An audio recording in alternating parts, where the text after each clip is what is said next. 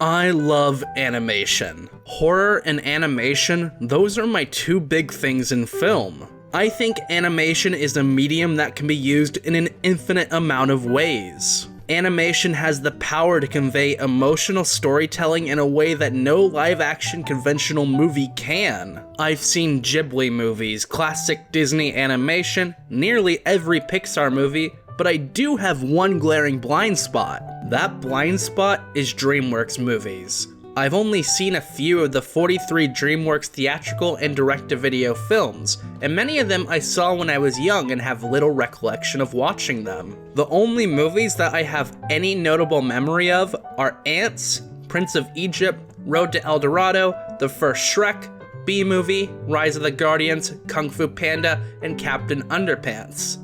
8 movies. That is pathetic. I am going on a journey that will take me some time. This journey will entail me going through the entire Dreamworks filmography and reviewing each and every film. This video is the first part in a multi-part series. Today we will be looking at all the Dreamworks movies that came before Shrek. Obviously I'll be getting into heavy spoilers for all these movies, so if you haven't seen any of these movies, this may be your stop. Let's dive right in with Antz. Kill me.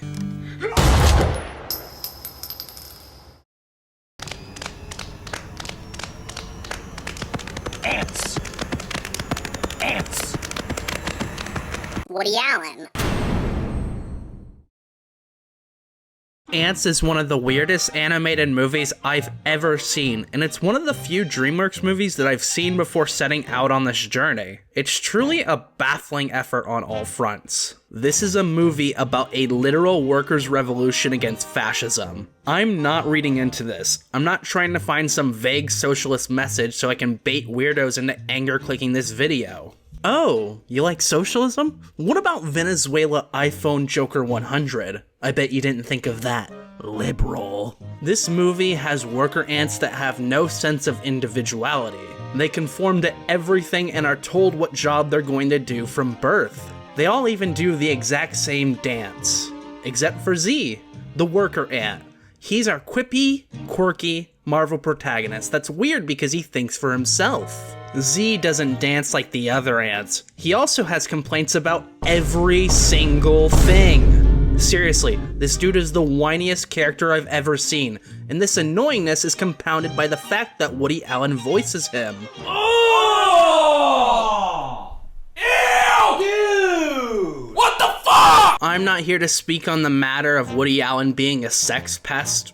Well, alleged sex pest. I don't think you'll ever see this video, but I'd rather not get sued by notorious alleged sex pest Woody Allen. So, just to be safe, I'm going to say alleged to cover my bases. Alleged sex fiend Woody Allen has maybe the most annoying voice and cadence out of any voice actor in any animated film I've ever seen.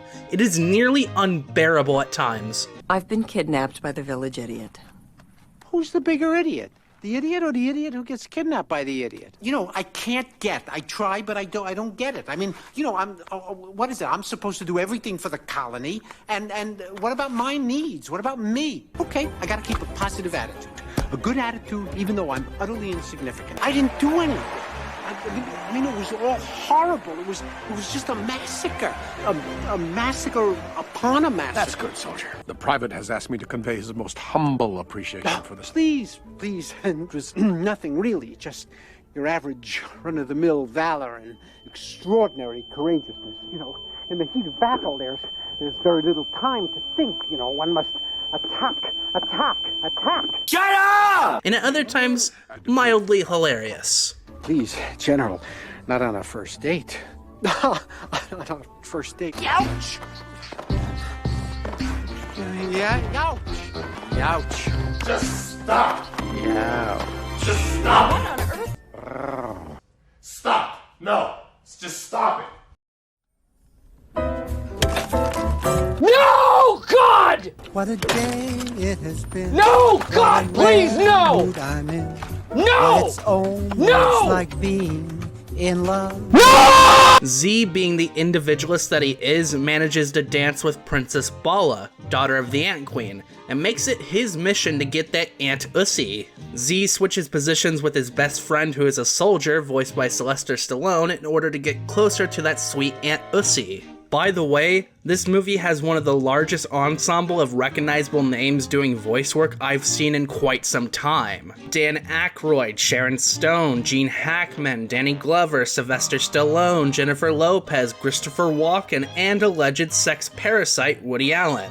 Considering how shitty the animation for this movie is, it's a pretty safe bet to assume that a large portion of the budget went towards paying all these people more money than I will ever make in my lifetime. Most of them do a decent but not noteworthy job. Z manages to get himself sent to a battle that is designed to eliminate soldiers loyal to the Queen. Oh yeah, Gene Hackman plays a fascist general ant that wants to lead a military coup against the Queen and purge away the lesser ants from the colony. I'm not reading into this. He explicitly says that he wants to purge the weak from the strong. There comes a time in the evolution of a perfect colony when the strong are meant to rise above the weak. Z comes back a champion of the people because he's the only one to survive the battle. The general and the Queen learn that Z is a worker ant pretending to be a soldier, so Z kidnaps the princess. What are you doing? Let go of my daughter. He's taking our hostage. I don't like where this is going. No, I'm not. I mean, yes, I am. One more step and the princess gets it.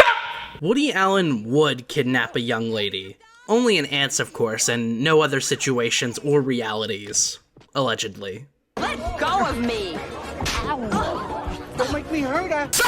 Z and Princess Bala begin to look for Insectopia. Insectopia is a place where no one has to work and food is always provided. They eventually find this place. Princess Bala gets reverse kidnapped by the military at Insectopia, and Z has to go and rescue her. He does, and also manages to stop the military from killing the Queen and all the workers. The Ants rebuild the colony, and Z monologues about how he wants to have 1 million children with Princess Bala. Don't worry, Z. I also would like to have 1 million children with Sharon Stone. That's the end of the movie. Don't expect me to describe the other movies quite in that same way for the rest of the video. I just think there's so much humor in just telling you what happens in this movie out of context. Though I guess I just give you the context. Shut the fuck up. You would think the worker ants would seize the means of production at the end of the movie or lead the government themselves, but nah, the movie just kinda peters out with its message. Z just remarks about how he's in the same place as he was before at the start of the movie, but it's okay now because he made that choice. You know, I finally feel like I found my place. And you know what? It's right back where I started. But the difference is, this time, I chose it. On one hand, I want to commend the directors of this movie for setting up a bold message, but on the other hand, I want to send them straight to hell for not fully committing. You were so close to being ballsy as hell, but it just feels weak as the credits roll. I want films to fully commit to their message. Whether I agree or disagree with that message is entirely besides the point. I just want bold movies. I think that's my biggest gripe with the movie. It's almost there with its message, but the studio or the directors pulled back before they could finish telling it. I also absolutely hate the dialogue in this movie. The jokes are not funny, and Woody Allen's incessant chatter about nothing is enough to drive a man mad. Now remember, Azteca, be the ball. That's the main thing here. Remember that, you know, you gotta be one with the ball. Did I happen to mention that the heights make me nauseous? No. I was acting.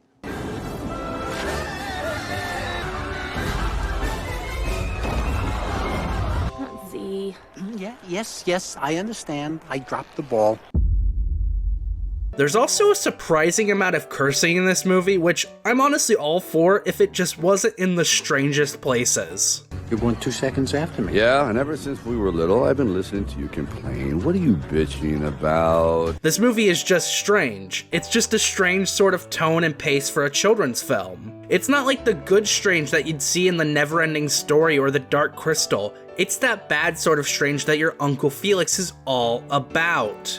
My last note, the chemistry between Sharon Stone and Woody Allen is absolutely non-existent. The same goes with Stallone and Jennifer Lopez. Everyone in this movie, while they're doing a fine job, are doing that fine job solitarily. None of them work particularly well together. I'll be honest, I've tried making this video several times and I can never get how strange this movie is. It almost always stops me in my tracks. I'm giving Antz a 3 out of 10. It needs more proletariat uprising. I work over at the palace. Oh, the palace, huh? Oh, but those royals really live it up. Of course, they're all a little, from inbreeding. What? What did you say? They're all a little, from inbreeding. What? Oh my! Are you serious right now? Oh my God! Time to stop! Time to stop!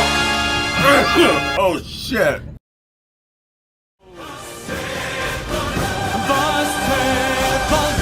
I will not let my people go.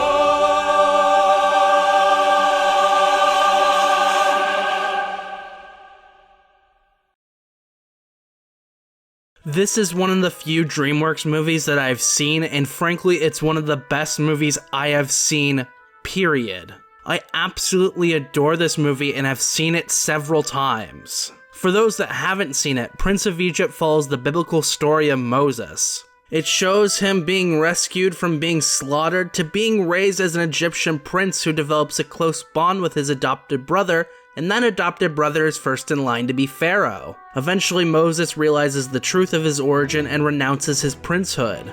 Moses comes back to set the Hebrews free after smoking a fat J with God, and the Hebrew people leave after many plagues are set upon the Egyptians. There are many things to rave about, and I'll rave about those things in a little bit, but I think the reason why this movie works so well is how grand and epic it is, and I'm using those words in the unironic sense. The shot selection for this film is unrivaled. I love every single landscape shot. I absolutely adore the symbolism in the shot of Ramses pointing just as his father pointed as they sentenced the Hebrews to death. I love it. I think the grandness of this film is captured from the very first scene, the Deliver Us song. You have shots of all these slaves, the monuments they are erecting, the suffering they are enduring, and the grandness, it elevates this.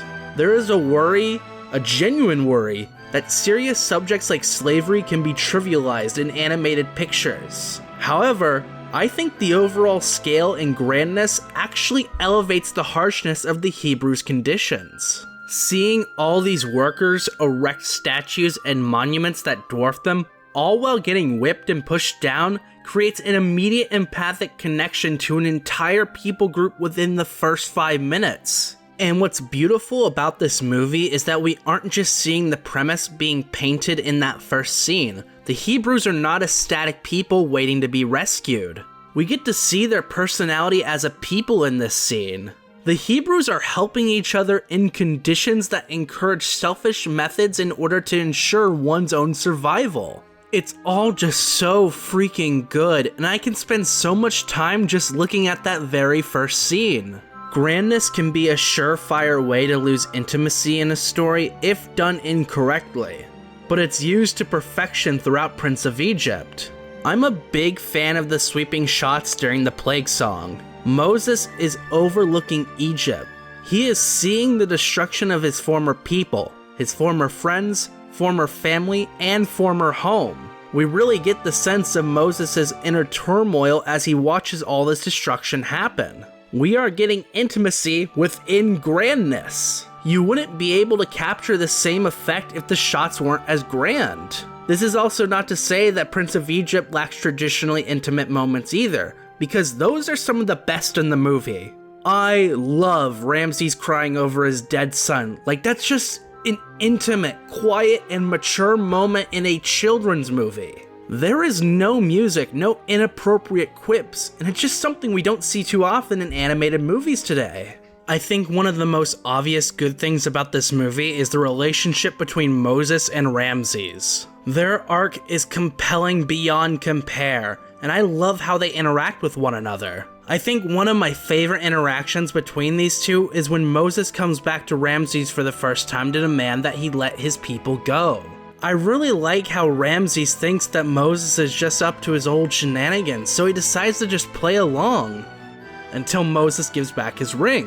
When he gets that ring back, you can literally see in Ramses' face that oh fuck feeling in his face. But it's not just a static emotion, we get to see that change into an inner rage. It's such a wonderful interaction that only a great writer could come up with.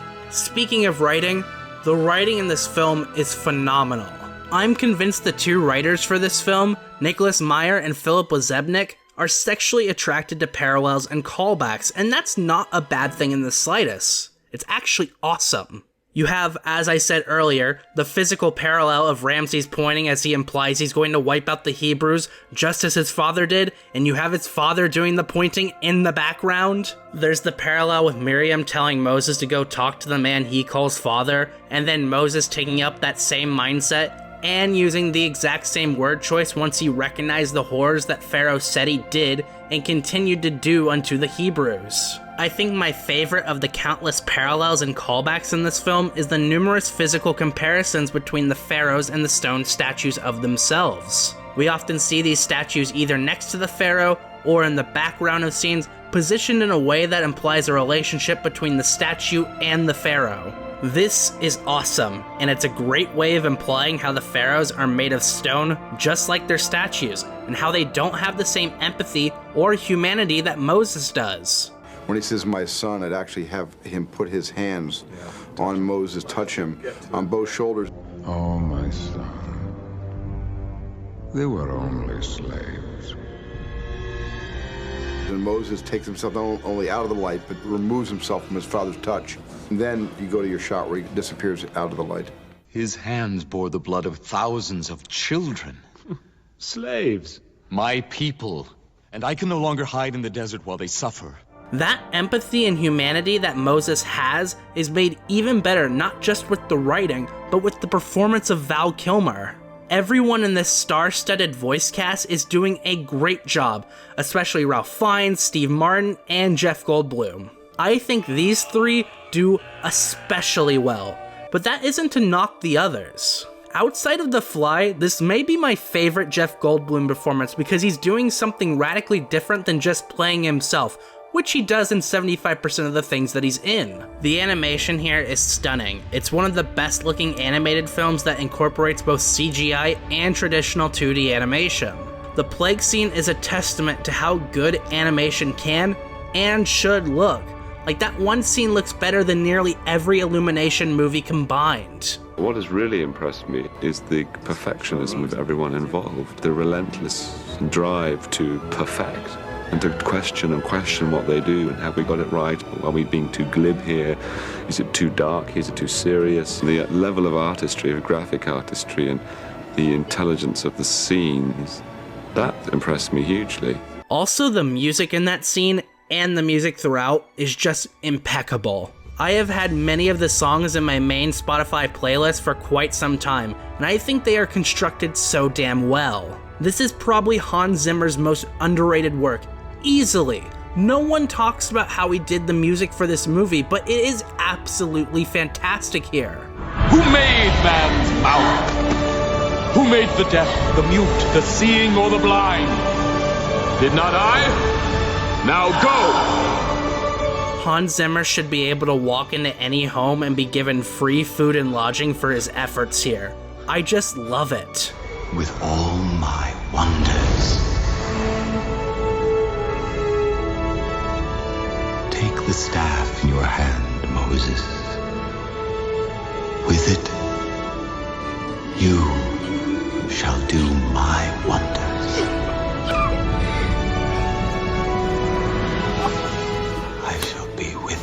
Moses. Lastly, before we move on, I want to talk about a moment that made me emotional on rewatch, and it was actually a surprising moment for me. That moment came from me in the Heaven's Eyes song, and it's that moment where the song slows down and we see Moses and Zipporah dance and fall in love. That scene brought tears to my eyes. I don't think it's particularly sad or emotional on its own, but the way that song slows down and just the animation slowing down, it's just so beautifully constructed. I couldn't help be moved by the sheer beauty of it. I just love this movie.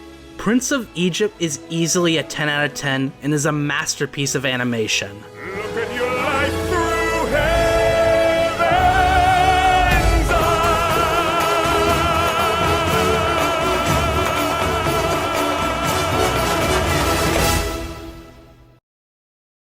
Have you ever been walking down the street with your best bro, and while you're walking you accidentally touch hands? You think to yourself, that was weird, but I'm not gay. You are. You are gay. What? This movie is not incredibly deep. Does it have to be? Absolutely not. Road to El Dorado is an absolute blast, especially if it's your first time watching the movie. The movie has a fairly simple plot. Miguel and Tulio are two conmen that cheat a guy out of a map to El Dorado. The two men end up having to flee Spain and stumble upon El Dorado. The majority of this film revolves around Miguel and Tulio being mistaken for gods and having to dance around this expectation laid upon them.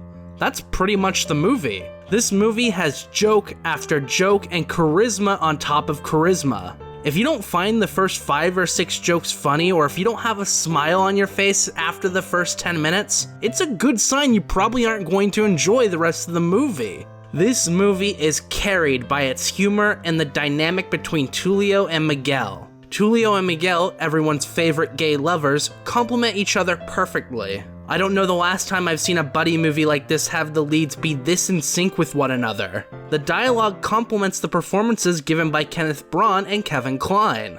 These two had to have been in the recording booth together because there's no other explanation for how they work so well together. Ah, you fight like my sister. I fought your sister. That's a compliment. I'm also just a fan of the humor by itself. Like, it's nothing outrageously funny, but its strength is in its consistency. So, how's the escape plan coming? All right, wait. I'm getting something. Yeah. Very few jokes fail to land, but also not many had me laughing loudly. You will be flogged. And when we put into Cuba to resupply, God willing, you will be flogged some more. And then enslaved on the sugar plantations for the rest of your miserable lives. All right. Cuba. They are good jokes, but nothing exceptional. I love when animated movies take advantage of the medium they are using. Despite what Letterboxd and a good proportion of society wants you to believe, animation is not a genre. Animation is simply a medium of storytelling, the same as traditional live-action filmmaking, poetry, etc., etc. The best artists will use their medium to enhance their art, not just as a means of distributing said art. People think of animation only doing things where people are dancing around and doing a lot of histrionics, but animation is not a genre. And people keep saying, the animation genre. It's not a genre. A Western is a genre. Animation is an art form, and it can do any genre, but it doesn't do one thing. And next time I hear, what's it like working in the animation genre? I'm gonna punch that person. Road to El Dorado maximizes the medium of animation to enhance the charm and fun of this film. There is a level of color, brightness, and fluidity on display here that would not be easy to recreate in live action. I think capturing the magic of Road to El Dorado would be incredibly difficult for a live-action movie. This was absolutely made for animation. El Dorado itself is such a vibrant city full of great visual beauty. I generally skip through movies after watching them and while writing my reviews so I can see specific scenes and help jog my memory in times of writer's block. While skimming through Road to El Dorado, it is hard to find a scene that doesn't feature great animation and lovely color composition. I just love how this movie looks. One of the greatest examples for color usage and a showcase for why this movie needed to be animation is in the volleyball scene. That scene works so well because it's in an animated movie, and I guarantee it would not translate to live action. I think my only major issue with this movie is that the plot gets put on the back burner for a solid chunk of the middle so as to allow for Tulio and Miguel fun. Which, don't get me wrong, I think that stuff is fun, but it's fun in spite of the movie not really doing much plot or story-wise. I just wish there was something else to keep me engaged outside of the relationship between Tulio and Miguel. I also think the character of Shell is incredibly underwritten despite how considerable a part that she has in the story. They have her steal an artifact from the temple as an introduction to her character, but nothing really ever happens with that subplot, nor is it ever explained. I tried even looking into the Road to El Dorado wiki. Yes, it actually exists for some reason, and I couldn't find anything on her background or something I could have missed during my watch.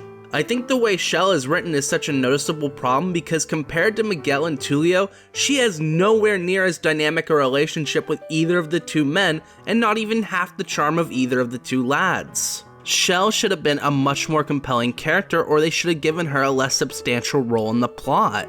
Cutting her out of the movie would allow for them to reinstate the kiss scene between Tulio and Miguel that they had to cut for time, and it's honestly a crime against humanity that we didn't get to see it. I think easily my favorite part of the movie, but not necessarily the most impactful in terms of filmmaking, is the music. I'm biased. I love Elton John. His music is really good. I think the music in this film is banger on top of banger. Trail we blaze.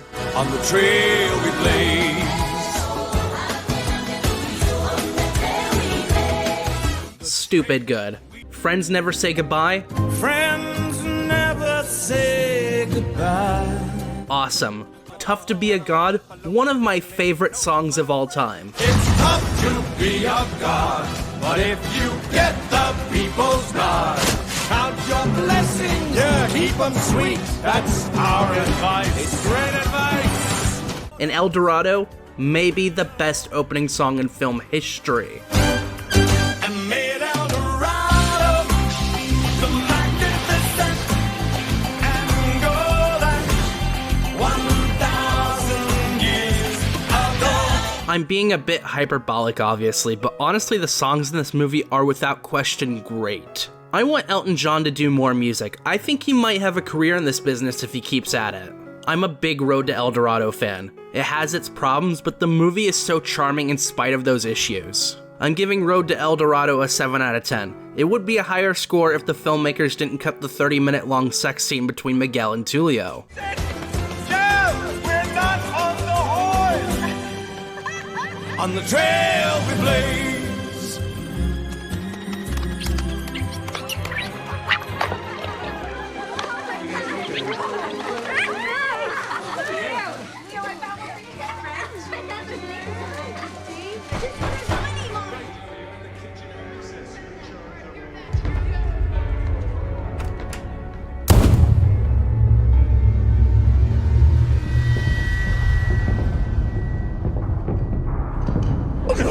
No.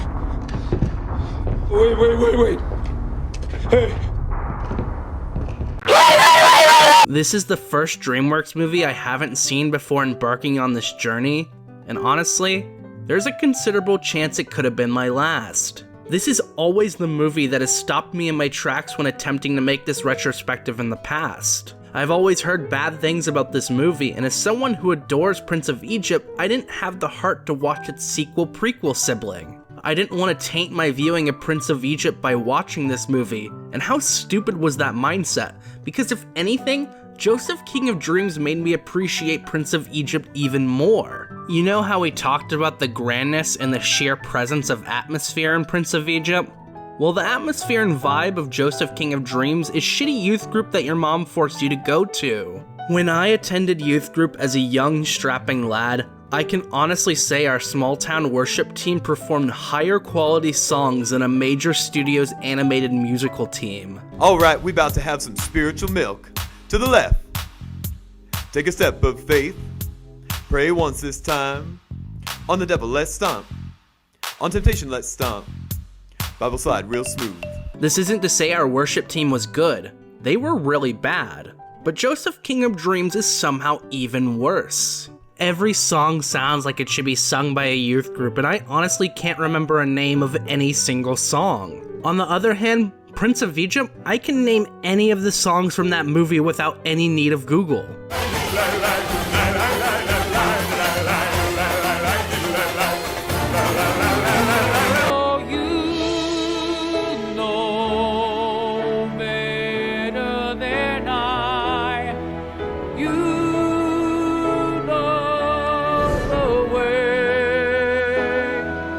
Cut the shit off, bro. Cut the shit the fuck off! It's hard to point to specific songs and make the funny hoo-hoo, ha-ha bullying jokes towards it because I have no recollection of these film songs. I feel like I got Men in Black mind wipe immediately after watching this movie. Ladies and gentlemen, if you will, look right here. For those that haven't seen it, the basic gist of this film is that Joseph is born a little miracle baby and has the power to interpret dreams. His brothers hate him so much because he's such a cocky asshole that they sell him into slavery, and Joseph ends up becoming the Pharaoh's right-hand man because he's a little miracle baby. Joseph reunites with his family in the end of the movie and has refused to actually go through a character arc. This movie stars Ben Affleck as the titular Joseph and Mark Hamill as one of his brothers along with a bunch of no-names. This is the first bad Mark Hamill performance I've seen. I've seen him in stuff outside Batman and Star Wars, such as Child's Play, Jay and Silent Bob Strike Back, and Kingsman. Not even in those did he give a bad performance, but my god, is Mark not good here. I can't even blame him though, because why would he try for a movie like Joseph King of Dreams? If you don't believe me, just take a listen, and you can see he is not giving a single shit. Leave me alone. Come on, Joseph, tell us. We're dying to hear about it. You look at scrolls all day while we're covered in sweat. Why is that, Joseph? Who's next? We are, my lord. I've had enough of this stupid game. Joseph! Who says this is a game? No. I'm your brother! Half.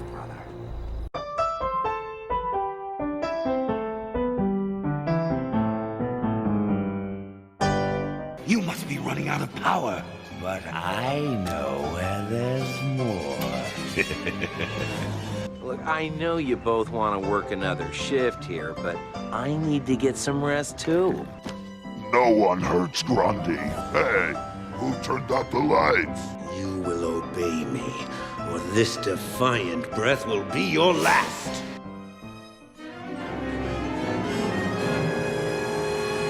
Hello, Gotham. Joker's back in town. Can't be. Oh no, your old eyes do not deceive you, Brucey. After all, who know me better than you? Ben Affleck is also in this movie, as I mentioned earlier, and his performance is very reminiscent of his Daredevil outing. Any kindness you take away. You were the one who gave me the dreams. You brought me the gift. Some gift. My dreams are lies. What have I done to deserve this? Justice. Justice is served. He just isn't doing a good job as well. No voice actor in this movie is trying, doing a good job, and oftentimes just both. One of the worst parts of this film is the way it looks. Prince of Egypt is a truly gorgeous movie that seamlessly combines traditional animation with computer-generated imagery. Joseph King of Dreams being a straight-to-DVD movie certainly looks the part of being a straight-to-DVD movie. Honestly, the animation reminds me of these old Bible cartoons my grandparents had lying around their house. Prince of Egypt looks timeless. Joseph King of Dreams looks like a product of the 90s, and not a good product of the 90s at that. All of the colors are flat, the shots are flat, you just don't get anything even close to the insane level of composition and camera movement in the Plague Song from Prince of Egypt, or just any scene from that movie in general. The worst part of this film is easily Joseph. This dude is the most punchable miracle child alive. You know how Prince of Egypt starts with the song Deliver Us? A song about the conditions of the Hebrews and how they seek freedom? A song that immediately endears the audience to an entire people group. With Joseph King of Dreams, we get a song about how Joseph is a miracle child and how great he is and how he thinks he's great because everyone around him tells him that he is great. You are a miracle child. You are the best. You shine the brightest. You were made for better things. You will share the air of kings. You were born and fortune smiled. I am a miracle child. It's awful, and it made me instantly hate Joseph. I was more understanding of Joseph's brothers than I was of Joseph. Joseph's brothers sell him into slavery, and honestly, that little shit kinda deserves it. I am special, I am smart, I am somehow set apart. Petty rules and limitations don't apply. Bruh. If I was in this movie, I would also sell this jug of piss they call a miracle child into slavery. Joseph being born second to last is placed constantly above his other brothers, and their jealousy and anger towards him is pretty justified. It's hard to have a good movie when the protagonist is less compelling and endearing than the antagonists. Why should I care about someone that proclaims themselves to be a miracle child? I only want to see this dude get an eternal swirly. Joseph never really undergoes an arc of humility either. Yes, he becomes a slave and has to undergo some hard things, but he's still the same prick as he was at the beginning of the film. You're not tired because you got up early. It's because you were out all night. Why, you little sneak. What do you know? I know about everything. The women and the drinking. There's a lot Father doesn't know. You wouldn't. You would sacrifice yourselves for a half-brother who's spoiled by your father? Yes. Why? Why should you care if I take him? Beat him, make him a slave. Fuck you, asshole. I think this is one of the hardest movies I've had to talk about so far. I know we're only 4 movies in, but talking about this one has been a challenge. It's a terrible movie that doesn't even have the benefit of being funny bad. It's just boring bad. And as I always say, that's the worst kind of bad. I'm not the bad guy.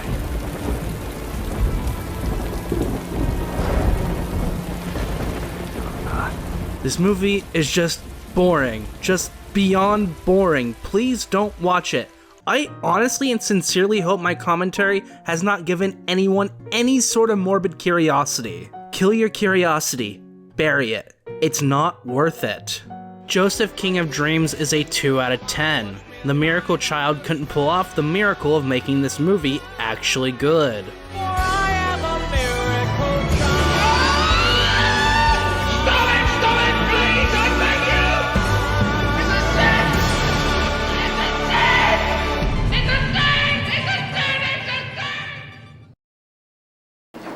Oh, that's very good.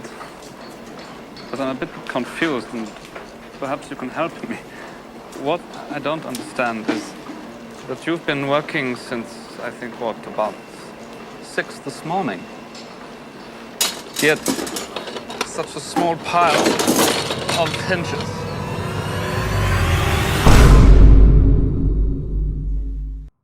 Chicken Run is a simple little story about a group of chickens that are trying to escape from a farm ran by a couple called the Tweedies. The Tweedies decide to turn the farm into a chicken meat pie distribution center, and the chickens must escape before they are turned into my lunch. A drifter chicken that knows how to fly, played by Mel Gibson, is asked to help the farm chickens escape, but he's not all who he appears to be. Noah's secret isn't that he hates Jewish people. That would not be surprising or a secret due to some gamer moments involving Mel Gibson. What kind of man is that who would hit a woman when she's holding a child in her hands, hitting her twice in the face? What kind of man is that? Response, you know what? You effing deserved it. Okay. Rather, his secret is that he doesn't actually know how to fly. Eventually, Ginger, our farm chicken protagonist, and this drifter chicken help the other farm chickens escape the farm and live their remaining days in a paradise. Chicken Run may be one of the smartest children's comedies I've seen in quite some time. My god, was I caught off guard by how much wit is within the script of this movie. There are so many different jokes centered around wordplay that aren't just basic dadcore puns. One of my favorites is when Ginger says, "Where there's a will, there's a way." And then Rocky, the drifter chicken played by Mel Gibson, says, "And I will be leaving that way." Like, that's so clever and funny, and not just for a kid's movie, but for a movie in general. There's also a great joke where Rocky says, "You see, flying takes 3 things. Hard work, perseverance, and hard work." The old Colonel Chicken then says, "You said hard work twice." And then Rocky says, "That's because it takes twice as much work as perseverance." There is so much yes-anding in this movie, and I love it. For those unfamiliar, yes and is an improv comedy concept where someone starts a joke and then the person in that scene needs to continue and build upon that joke the original person said. This is where the phrase yes and comes from. Chicken Run is a master of this concept. This level of cleverness not only enhances the jokes, but having this level of cleverness actually helped to endear me to the characters.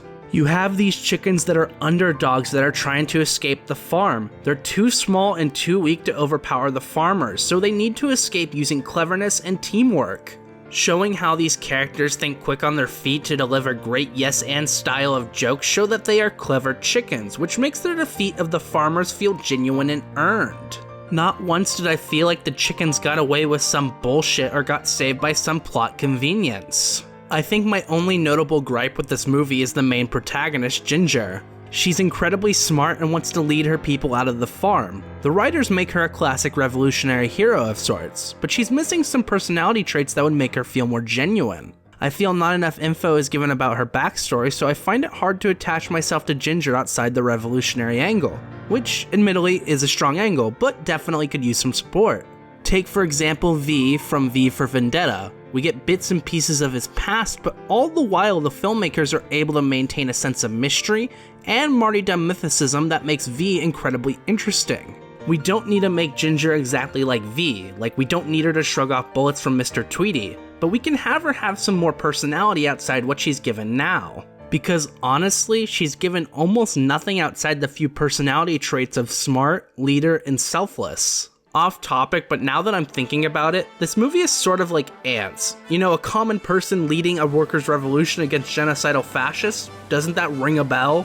Ginger and Z are those common people, and the fascists are the military ant and the Tweeties. I mean, the Tweeties want to kill all their chicken for profit, while the general ant wants to kill all the worker ants for genetic purity, so I guess there's a mild difference. The real major difference between these two movies is that Chicken Run is actually good. Also, I have to say, going from Joseph King of Dreams to this in terms of animation quality is not a night and day difference, it's a galaxy-wide difference. It's hard to call Chicken Run beautiful just due to the nature of clay animation, but this movie does look really good. I do have to specifically praise one element of the visuals of Chicken Run, and that's the character design. I found it pretty easy to tell the different chickens apart throughout the film, and I absolutely love the design of the farmers. The performances here are a bit basic, but they are honestly pretty good. There isn't much flash in what they're doing, but it works. Oh, my life flashed before my eyes. It was really boring. I'm really glad to have gotten a good chunk of the movies that I've seen out of the way this early on, because experiencing Chicken Run for the first time was really nice. It's such a good, witty, short little flick that I'll honestly see myself coming back to a few times in the future. Chicken Run is an 8 out of 10. It's pretty damn good. Hey Doc, we better back up. We don't have enough road to get up to 88. Roads? Where we're going, we don't need roads.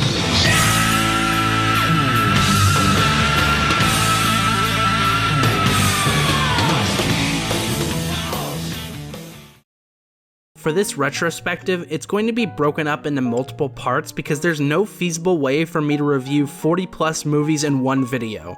I value both my sanity and your patience way too much. We are ending the first part of the retrospective with Chicken Run, and I think we'll call this the pre-Shrek era. If you have a better name, keep it to yourself. I don't want you to show off your superior wit in the comments, because I'm the king of the castle. This era of Dreamworks seems to be defined by an uneasy sense of direction, and I say this even though I like the majority of the movies. I can just tell that Dreamworks is trying to find their footing because of the wide variety of different types of pictures they released within their first 5. Most Disney movies tonally feel and look mildly similar at a very basic level, but these 5 Dreamworks movies feel very different from one another, not just in terms of tone, but also presentation. You have 2 musicals, a musical hybrid, a stop-motion dry comedy, and Antz, which it's its own genre of film if I'm being honest. At the end of each video, I'm going to rank each movie, and we'll see how this ranking changes over the course of several videos. So, for our very first ranking, at number 1 we have Prince of Egypt, then Chicken Run, next Road to El Dorado, 4th Antz, and certainly deserving of last, Joseph King of Dreams. I hope you all enjoyed the first part of this retrospective, and I hope you'll stay tuned for the next part where we pick up where we left off and watch Shrek. Let me know in the comments what you all think about each of the 5 movies that I've talked about today. If you enjoyed the video, make sure to share it, leave a like, and if you found the content particularly pleasing, feel free to support me on Patreon. I hope you all have a wonderful day, subscribe, hit the bell, and farewell.